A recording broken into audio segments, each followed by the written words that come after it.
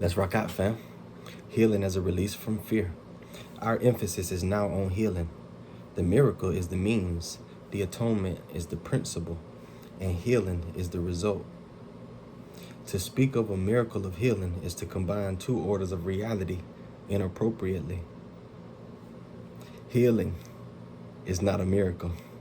The atonement, or the final miracle, is a remedy, and any type of healing is a result. The miracle is the atonement. The healing is just the secondary consequence of you accepting the atonement for yourself. It's not miracles that set you free. It's the truth that sets you free. The truth that all have been reconciled back to God, one who never abandoned or forsaken them, one who always was ready and anxious for such a partnership. It was us who lacked the awareness, lacked the cognizant ability, the focus, the awareness to approach the Father in faith and tap into a reality beyond the physical plane that we could see. We messed that up. Healing is not a miracle. The atonement, or the final miracle, is a remedy, and any type of healing is a result. The kind of error to which atonement is applied is irrelevant. It doesn't matter. It doesn't matter whether you've been abused mentally, physically, sexually, psychologically. It doesn't matter whether the accuser was prosecuted or went on to be successful. It doesn't matter whether they were a man or a woman. It doesn't matter whether it was 20 years ago, whether you can share it with people, whether you can go back and fix it with them because they're still alive, or whether they have transitioned. It doesn't matter. There's no order of difficulty in miracles. Your miracle is the atonement taking place, and that's already happened. It's you lacking the awareness to having received it, having taken it as your own, acknowledged it to the point that you've put it on, that you've begun to walk in it like your outfits. See, the religious conversation was cool, but it just became a bunch of cliches. It became a bunch of word salad. We just tossed around words. And if you were saying the right thing, nobody could really judge you because they don't really know what you're doing when you leave. So even if their judgments were correct, you could always pretend that they were just misjudging you and they didn't know. So the fact that we could play with words has always well suited us inside of religion and inside of the fantasy lands that we have built for ourselves.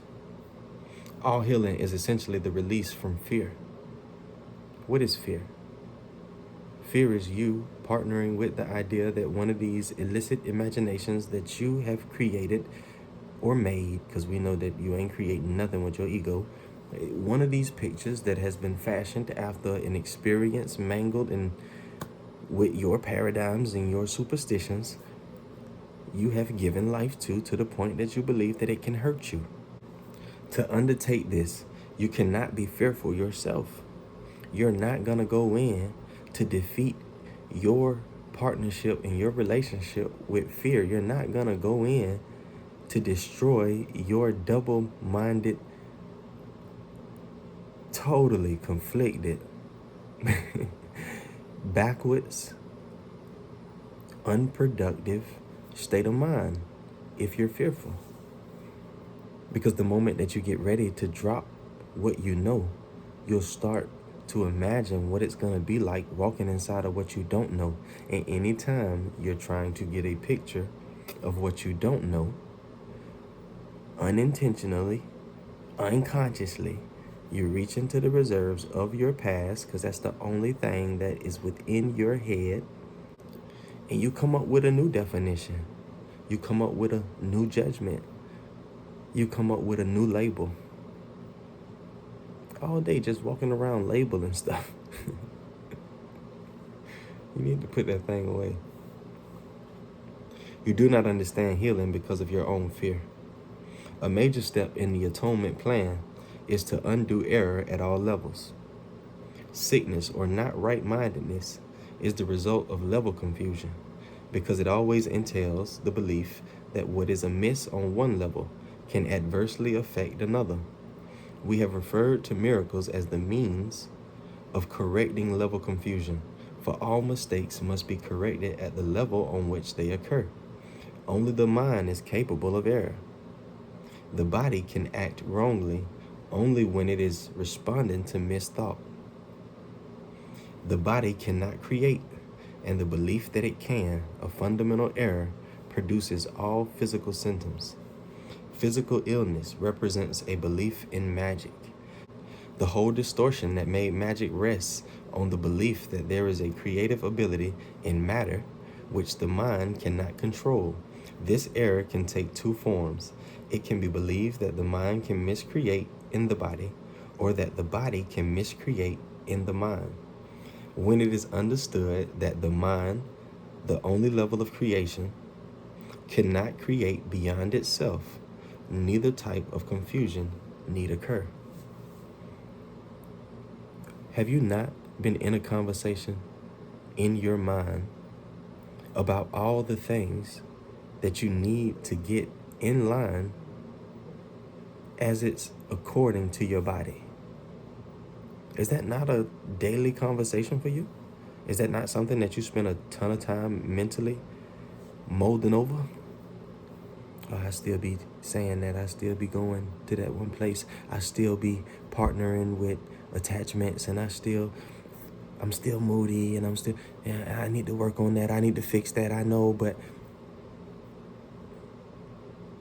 you believe that your body can operate in a way that your mind does not tell it to. You believe that mind and matter are disconnected. And yet you say that you follow scripture. Yet you say you understand what the Bible is trying to communicate to you. Jesus was a symbol of matter. And Jesus is stated as saying he only does what he sees the Father do. He only says what he hears the Father say, because the Father is the symbolic picture for mind. Only the mind can create, because spirit has already been created. And the body is a learning device for the mind. The body was designed for the mind. The body was not designed to harm the mind or to clog the mind with distractions. The body was designed for the mind. It was a learning tool. And you done let your learning tool do some weird things to you. Learning devices are not lessons in themselves. Your body is not a lesson of itself. It's a learning device. It's a learning tool. Your teacher was not a lesson. She was the one who you sat under as she or he administered the lessons. Their purpose is merely to facilitate learning. The worst a faulty use of a learning device can do is to fail to facilitate learning. The worst mistake that your body can make is to fail to be used and received and accepted as a learning device. If you don't get the lessons that the body was intended to help you receive and apply, that is the worst that your body can do. All of these other things that you have put off on your body as having to be something that is disapproved of God, something that God is upset with you about, something that God is extending mercy. Like, I should have got you, but I didn't. Like, that come from your mama house. It's your mama that used to whoop you for the old and the new. It's your daddy that used to spare the rod sometimes because he could sympathize with where you were. Understand, the universe has always been faithful in the discipline of those who break its laws. It's an iron rod. It doesn't move. It doesn't falter. It doesn't alter. It's there for all of us. It's universal. You can't be so short or so conniving that you get underneath it. And you can't be so big or so powerful that you can step over it. It does not matter. principles are in effect for all of us. And you don't have to believe it. I can not believe in gravity. I still don't believe in it. It principles don't need your belief in order to be in effect. The body has no power in itself to introduce actual learning errors. The body cannot point out to you errors. The body don't point out nothing. Anything that you see on your body that you identify as something in line or out of line is either a appropriate thought or a misthought from within. It's your mind. You seen that bump, that lump. You seen that discoloration, and you decided that something was wrong. And the misthought that you partnered with in fear grew. And sometimes it grows to our absolute detriment. But it's not a disease externally that caused your body to perish. It was the ignorance within when you partnered with what you thought was a symptom and you identified yourself as sick. Something that God could never be, and you and God are one. God is within you. How could the kingdom of heaven, the kingdom of love, be within you and you have the ability to get sick? How could your body get sick when your body doesn't get or lose anything? It's literally a learning device given to the mind. No power in itself to introduce actual learning errors. The body, if properly understood, shares the invulnerability of the atonement to two-edged application. This is not because the body is a miracle, but because it is not inherently open to misinterpretation. The body is merely part of your experience in the physical world. What is your body? Other than a part of your experience in the physical world. But what has your body been to you? Your obsession. Your greatest asset. What you cherish the most. What you polish and present every opportunity you get. What you loan for money to dress and decorate so that others can applaud and embrace.